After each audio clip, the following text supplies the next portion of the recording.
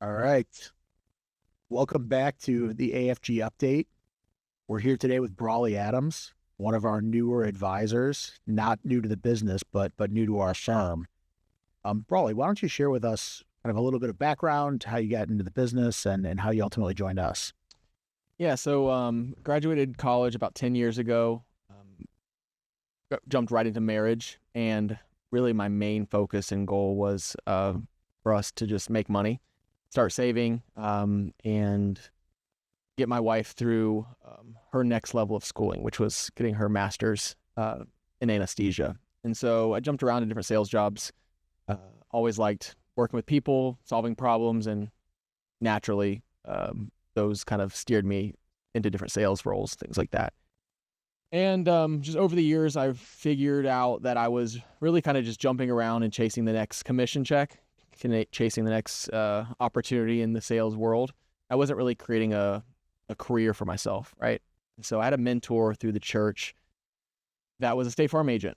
And so I looked down that route of getting my licenses in insurance and doing property and casualty and joining the State Farm network and things like that. And one thing led to another where I just didn't go down that path, but I had the license already to work in the insurance realm. And so local company in town reached out to me about being a financial advisor.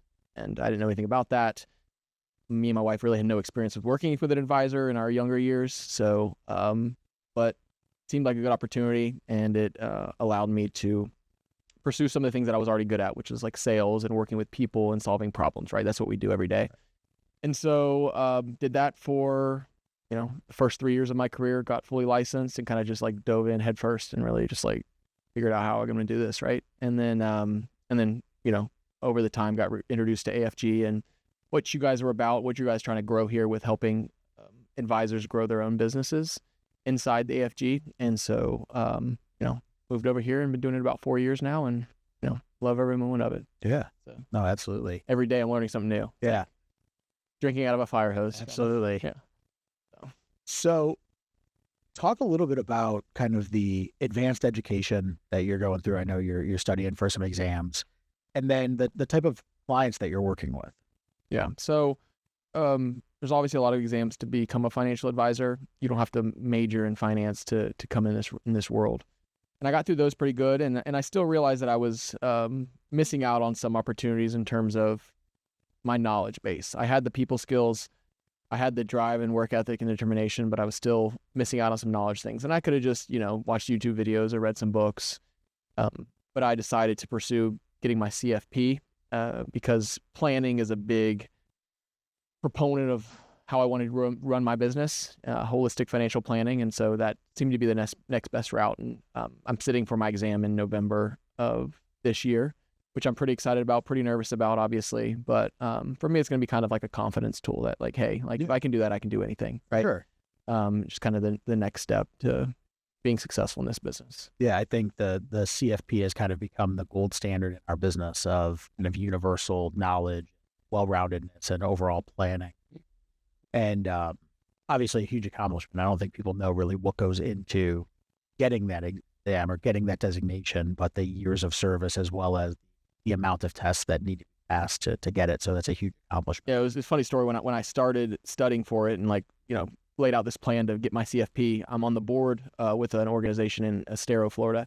And one of the guys who's on the board with me, an older gentleman who worked in my industry a long time ago, he was like number 6. He was like the 6th person to ever get the CFP. Oh, wow. He was like on the first advisory board. He maybe the first person not even alive anymore, but it was like pretty cool. He's like, yeah, this is awesome. Like you're going to be successful. Like it's a cool thing to be a part of. So it's like, I'm going to be, 120,000th. He was 6th. Right. We were on this. It just worked out, but that's cool. But in the clients that I like to work with, because I come from a blue collar background, and my grandfather owned a concrete company. My dad was a firefighter. Business owners is where I have a lot of my experience in working with the industry so far. And I think planning is something that a lot of them could take more advantage of, not only on the business side, right? It's like writing your business plan, but when that business plan is executed and you start making money and things start changing in your business, sometimes the personal side gets neglected because that business is that business owner's baby. And so helping them with that personal plan and laying it out of, where do we want this to go long term, right? Right. And I don't know, I think a lot of them have the ability to create generational wealth, and you have to have a strong plan in order to do that. Yeah. You made a really good point talking about kind of the personal side gets neglected, the opportunity to create generational wealth. And these business owners go through this process of an ever-growing business, even when they may not know that it's growing as fast as it is. Talk a little bit about how you've seen these business owner clients recruit and retain talent, because I think now in this environment, in this economy, that's one of the hardest things to do is keep good people. And what type of tools are these business owners? Yeah. And there's a lot of resources out there that I think it's become a popular topic, especially in Southwest Florida, because we are very transient and very blue collar focused. And so there's a lot of employees that are moving around for $1 or $2 more an hour. And that was a lot of problems that kind of resided around COVID, I think. And so a lot of people in our industry started, taking advantage of that. But I think we really have to start with the end in mind, right? If a business owner's end goal is to eventually sell their business, there's 3 big things that a potential buyer of a business is going to look at, right? When they want to eventually buy a business, and those are being, obviously, is there revenue, right? Are the books clean, and is the company making money?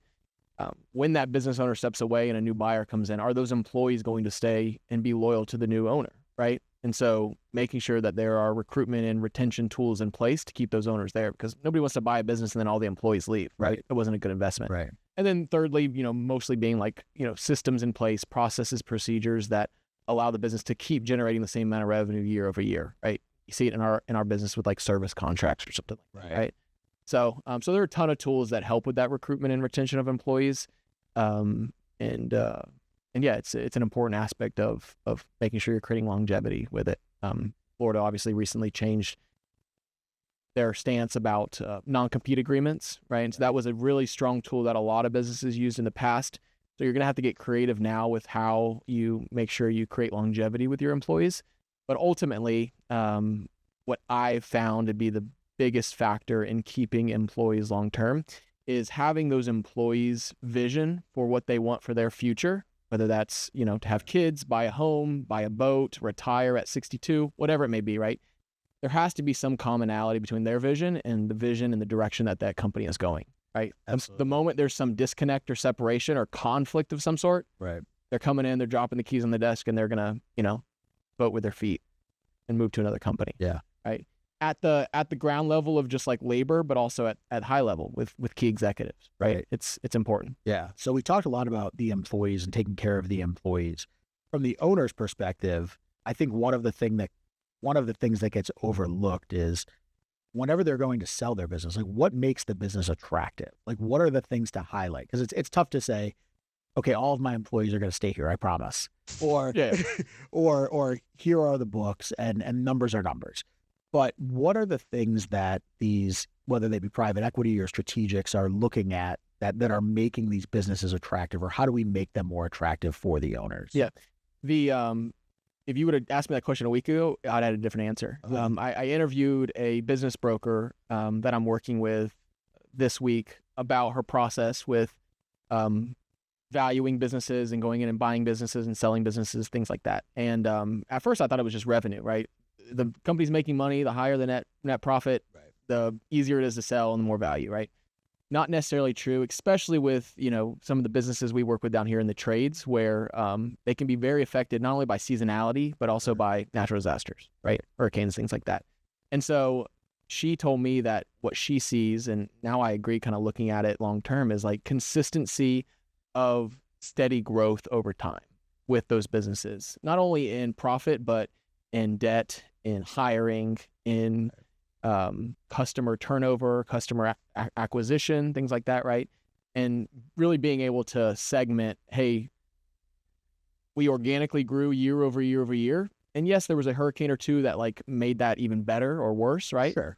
But I think it's that consistency over time. And that's what a private equity firm or a larger business that wants to absorb a smaller business is really looking for at the end of the day. Right. Thank you for joining us today. Through our shorts and through our full-length content, we try to put out the most relevant material for our viewers, for potential advisors, for people in the industry, or just anybody with financial interest in general. If anything resonated today that you want more information on, go ahead and click the link below me. click on talk to a financial professional, and one of our professional advisors will reach out to you and have a one-on-one conversation with your personal situation. Now back to the podcast. Yeah, and these are things that in practice we see a lot. I know you've walked a client through this process of kind of being in the early stages of business, watching the business grow with that client, and then ultimately watching the exit. Can you talk a little bit about that personal experience in that business? I know it was kind of trades related. Yeah. It's and I was thrown right into the fire in the beginning, and I'll be honest, at first I had no clue what was going on. I was just kind of like taking notes and trying to absorb as much information as possible because I was newer in the business. But yeah, just to see a company go from $5 million of revenue to I think $30 million of revenue. And in the beginning of working with this client, they had no desire to sell in the future. They didn't even think about it, right? They just wanted to have a better company, take care of their employees, increase their profits, and give back to the community was big to them, right? And so if we're able to come in and offer solutions that help them do those things, and over the years, the company becomes stronger. The company is able to hire more people, is able to impact the community more. You're able to put more money in the owner's pocket, right? And then I see, especially in a community like Fort Myers and Naples, business owners talk, right? They're all going to the same events. Yeah, everybody knows everybody. Yeah, it's like, hey, you hear about John? He sold his company for $60 million. It's like that's happening, and we're seeing private equity just flood this market. And so, a few of his colleagues will say, started talking about people that were approaching them and companies that were being sold. So he was like, my financial planning process, and it's kind of going a little off kilter, but I always think about the end in mind. What's that number that you need to, let's quote unquote, say retire, right? And he gave that number to us, and he was like, hey, I'd be open to it if this is the number that I could get, right? Cash. And so that started the process of working with a business broker and doing some of the estate planning associated with it, cleaning up the books, and really looking and say, is this a number that we can get for this business? Overall, the process of working with a private equity firm to sell a business is very complex. They're taking a fine-tooth comb, and then they're, adding another fine-tooth comb, and they're scraping through everything. Right.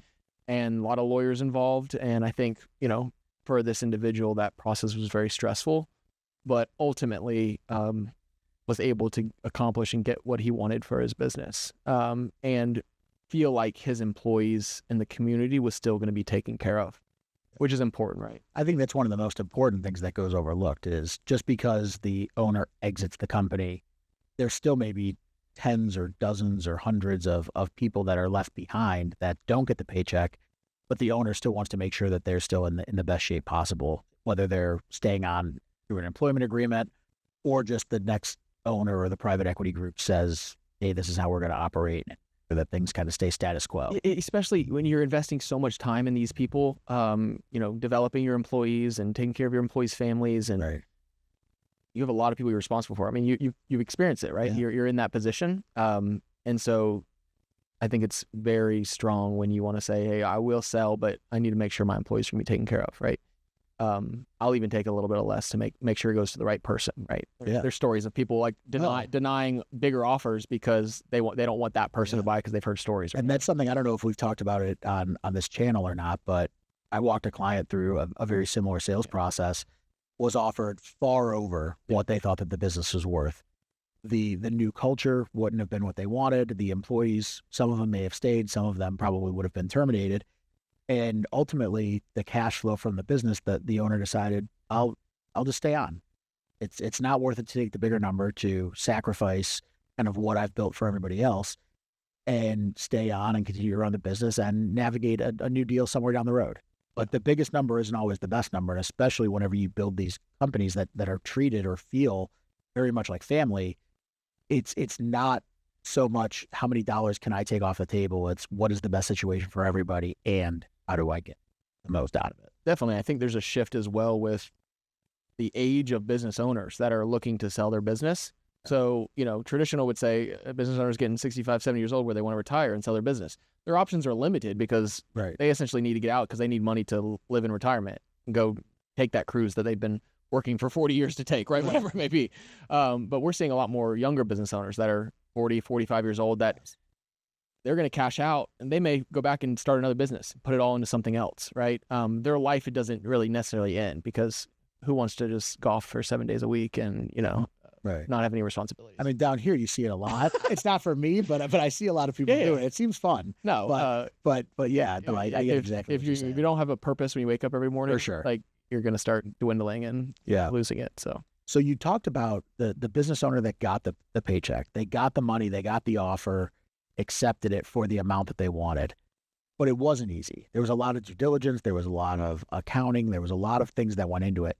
Talk about how you navigated the client's stress through that and how they dealt with the stress of going through this, because like the deal's done, but it's never really done until that money hits your bank account. Until that money hits your, and it's still kind of not done because, there's always some clawbacks. Right. They'll hold a little bit in escrow. Sure. We can get into specifics, but yes, until that cash hits. I wish I'd have done a better job, honestly, because service is what comes first to me in my business. Sure. And because this was my first time going through this process, that was kind of new for me as well as the client. It's hard to know what was going to come up next, know what questions were going to be asked, know what was going to be required of them. Because I think we cleaned up the business well, the books were clean, there were processes and procedures and systems in place. It was very efficiently run, where the owner, this is a big thing, the owner isn't really involved in the day-to-day, right? Yeah. The owner could take a 4-month sabbatical, business would be fine. Right. That's what a buyer's looking for too. But yeah, I wish I could go back and redo some things and ask a little bit more questions on the front end to these private equity firms or investment bankers and say, hey, how can I help walk my client better through this? Knowing that I went through it now, and with anybody in the future that I go through it with, if anybody's out there that wants to, go through this process, it's fun. Right. We'll help you do it. But I think I'm gonna be a little better equipped to kind of walk somebody through that. So I think it's just asking the right questions and knowing the next step in the process, right? And I think too, at the very beginning, you kind of alluded to this or mentioned it briefly, but kind of the separation of the business and the personal aspect of it. So walk us through a little bit about kind of the separation of the planning for the business, the planning for the personal side. And I'm guessing in this person's case, the personal planning probably alleviated some of the stress too, because there were some components that were done. Even if the sale doesn't go through, I know I'm taken care of financially on the personal side for my family. Yeah, it's essentially taking chips off the table, right? And diversifying, because, you can keep putting money back into your business. It's your number one asset. I would argue it's your riskiest asset, and so as time goes on and as the profits keep increasing, taking money off the table, not only to alleviate your tax burden, right? And you want to give the IRS less amount of money as possible, but also to make sure you have a plan in case what you thought was going to happen, doesn't work out. I think financial planning, what it does is it offers individuals, it offers my clients the most amount of options at every stage throughout the process, right? So whether this is they're just starting their business, they're trying to efficiently grow their business, they're looking to sell their business, if I can give them the most options available because of the planning we did on the front end, from estate planning, tax planning, basic financial planning, diversifying their investments, protecting their assets, then I've done a good job for my client, because she may wake up the next morning and not want to sell, or want to go a different direction, or do an ESOP, or whatever, or their kid shows interest. Now it's a transfer to their kid. Right. It's like I got to be prepared for those options and think ahead for my client, because they're busy thinking about how am I going to make money in my business. A career in financial services is about freedom and relationships, both for you and the clients you serve. By building intentional, authentic connections with people, we not only create an environment where advisors can succeed, but also puts you in control of your future. Financial success looks different to everyone, and it's more about the process than the numbers. If you are someone that is looking to make a difference in your life and the people closest to you, go to the website below and schedule a conversation today. Back to the podcast. Yeah. Right. So you make a really good point there, talking about all of these different paths of selling, and then how, at the flip of a switch, things can change, whether it be a family member getting interested or not wanting to sell. You could get in a car accident. Right. Yeah, there's a million things that can happen. Talk to me about when you're bringing up the conversation of the exit with your client. And is there a point that's too early to talk about? The first day I meet them. Right. Yeah. I mean, when we're doing their business plan on a napkin, we're talking about, what do you want for the future? No, I mean, it should be talked about long before. Right. I think the statistic right now is 80% of all small businesses will just close their doors. They won't sell. They won't transfer anybody. it's because they don't have a plan. I would say to effectively do it from a tax efficient perspective, from an estate planning perspective, you need a couple years, right? A lot of people are just waiting to the last minute because they did no planning along the process. And then, like I said, my options are limited of what we can do for them. But yeah, it's a conversation we're always having. And it could be, it's fluid. It's always adjusting, right? As our kids grow up, go to college, come back home, it's like, oh, now this might be the option. Right. And then no, their kids don't show interest. And then we're going to have to go a different direction. So I think in our business, being able to pivot, right? And think 2-3 steps ahead of our client and maybe their wishes or desires, aligning that with changes in the economy, the tax code, different estate planning laws, et cetera, makes us a valuable asset to our clients, businesses and their financials. Yeah. And I mean, being honest with each other and people that are watching this, a lot of people are business owners or have kind of a savvy mindset of how business works. A lot of these business owners are purely thinking about taxes when they're running their business. So there are a lot of unnecessary expenses that go in, whether they be personal expenses or things that are more exorbitant than usual. When you go to sell, it needs to be the opposite because you've got to make that EBITDA number look as big as possible. But it's very counterintuitive to running the business versus selling the business. So when we get with clients, typically that like 3 to 5 year sweet spot of let's figure out who's going to be here at the end of the day. How many people are going to retire whenever you're getting ready to sell? Can we get rid of some salary? Can we cut expenses? Do you have to run all 5 of your vehicles through this company? Can we run one of them through there? Do you need to take this much in income or can you cut your income down a little bit and then get a much higher payout on the bottom line? I mean, these are real and hard conversations that are had with the owners, but they just don't think about it because their accountant's always saying, get to zero. Yeah, can you stop buying your personal groceries with the, right, exactly, right. These ad backs are huge. Yeah. So, but no, yeah, and I think from a personal perspective as well, like working with business owners, like if I could like have it my way, like every individual would run their personal finances and maybe even their personal life like they're running a business, right? Right. We're trying to increase our net worths. We're trying to lower our liabilities. We're trying to progress forward, and everyone has a plan for that. I have a plan for where I'm going to eat dinner tonight. I have a plan on where we're going to go to vacation next year, but no one has a plan financially of where they're going to succeed in the future, right? It starts with just setting goals, right? Short-term, mid-term, long-term goals, and then working backwards. How can I achieve that short-term goal? How does that short-term goal? I know you talk about 90-day goals, right? How does that lead to the next one? Right. Next one. Yeah, it's got to be bite-sized pieces. It's hard to say, I'm going to start this company in my garage and turn it into the next Apple or Amazon. I mean, those are the stories of how it happened, but it's what were the incremental pieces of growing and how do we get the next set of funding? How do we find the next great employee? Where does this next piece fall or where does this next domino come from to fall into place to make sure that this works the right way? Taking the first step is the hardest, right? And I read a book recently, Atomic Habits. Yeah. You read that? Yeah. Right. And there was a podcast done on it, like an explanation podcast that was pretty good too. But it's something that affected me because I was always an intensity over consistency guy, right? I'm going to procrastinate until the last moment, and then I'm going to put every waking moment into this, whatever it may be, a school project, a homework assignment, like my next, big deal in business.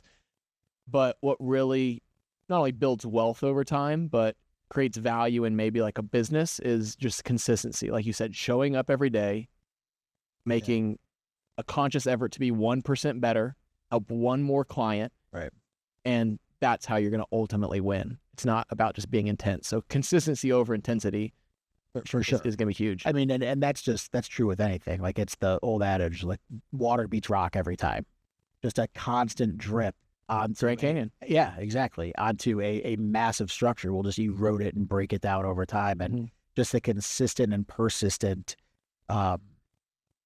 growth and tenacity to kind of make that stuff happen is what's really important in this business and really in any business. It's nobody's getting started on third base when they're starting a business. I mean, you may have a phenomenal idea, but you still have to get people to buy into it. Yeah. Well, if it's extra innings, right? Don't you get on second base? Yeah, second base. But it's tough to start on third. I know there's a debate about that. Yeah. So I'm not even a baseball guy, but I know that. That's good. Being a huge baseball guy, I'm I'm very happy that you said that. So as we kind of wrap this up today, what do you want to tell the viewers? Is there a place that they can find you? Is there something that you want to kind of throw out there for them to look up more about what you're doing with business owner clients or how you can help them? Yeah, I think just a lot of people in this business need to earn the trust of their clients first, right? That, hey, what is best for you is what I have in mind for you. And so if you have somebody like that you trust, like, go to them and start asking these questions, right? Like what does this process look like? And kind of explain it for me. And maybe it be something that you want to walk down, or maybe not, right? Maybe you're fine just gonna, running this business until you pass away. But I think you just have to ask, and you have to like figure out if this is the process that you want. But no, I mean, Alliance Financial Group, this is where you can find all of us, right? We have a great team of CPAs, attorneys, advisors, tax specialists that really have helped a lot of business owners walk through that process, whether you're, a one-store gas station that makes $300,000 a year, or you're a large national, medical device company. It's a similar process. It is. The number is just bigger. There's more zeros. Right. But some of the things can be done. And I think with this new tax bill, and some of the changes and some of the things that are going to be consistent over the next couple of years, there's a lot of things that business owner can take advantage of. You just gotta do it beforehand. You can't wait till last minute. Right. I think that's the biggest thing is, in the last couple of weeks, there has been drastic change in the world of being a business owner. Get information, reach out to people that you trust. If you've kind of watched this, reach out to people on our team. They're readily available.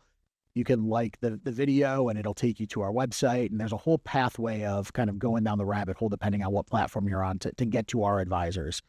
But I think knowledge is power, and understanding how this stuff works and how you can make it work to your advantage is massive, because it's in some cases thousands, tens, or hundreds of thousands of dollars in savings. Yeah. Based on something that was put into action a few days ago. And knowledge is power is a blessing and a curse in our day and age, because there is so much information out there, and almost to the point that you end up not doing anything when you look at all the information, whether it's YouTube or Instagram, or, a guy at the networking event tells you to do this. And so, get with somebody you trust that can really help you walk through the process, I think, rather than either trying to do it yourself or just trying to listen to the next big guru that comes along saying you should do this with your business. And that's what we see all the time is people will come in with so many ideas, but there's paralysis by analysis. I was given all of this stuff and now I'm inundated, and now I'm just like curled up in a ball because I don't know where to go. Yeah. Go to the people that you know. Go to the people, if you've consumed our content, like I said, reach out to us. We'll kind of sift through the minutia, get the stuff that's valuable for our clients, and everything is very individual to our clients because everybody's different. Yeah, definitely. You can reach me, Brawley Adams, at 239-445-5131. Mike, thanks for having me. Absolutely. This was really fun. Oh my gosh, I love it. This is amazing. Thank you. Yeah. This podcast is intended for general public use and is for informational purposes only. Material discussed is meant for general informational purposes only and is not to be construed as a recommendation or advice. Please note that individual situations can vary. Therefore, the information should be relied upon only when coordinated with individual professional advice. Mike and Brawley, a registered representative and financial advisor at Park Avenue Securities, LLC, PAS, securities products and advisory services offered through PAS, member FINRA, SIPC, financial representative of the Guardian Life Insurance Company of America, Guardian, New York, NY. PAS is a wholly owned subsidiary of Guardian. Alliance Financial Group is not an affiliate or subsidiary of PAS or Guardian. Mike's CA insurance license 0M21715. AR insurance license 158383330. 8232-832.1 expires 8/27.